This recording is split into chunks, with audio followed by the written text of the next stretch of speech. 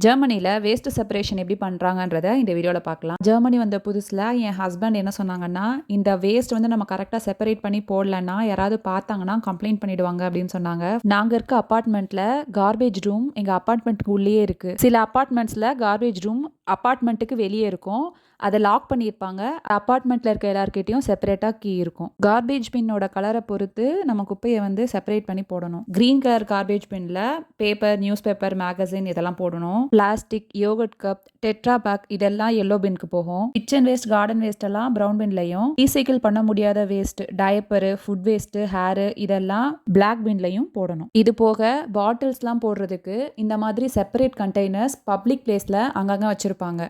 இதுலயும் brown colour bottles தனியா, white colour bottles தனியா, கிரீன் கலர் பாட்டில்ஸ் தனியான்ட்டு போடணும். யூஸ்டு பேட்டரிஸை குப்பையில போடக்கூடாது.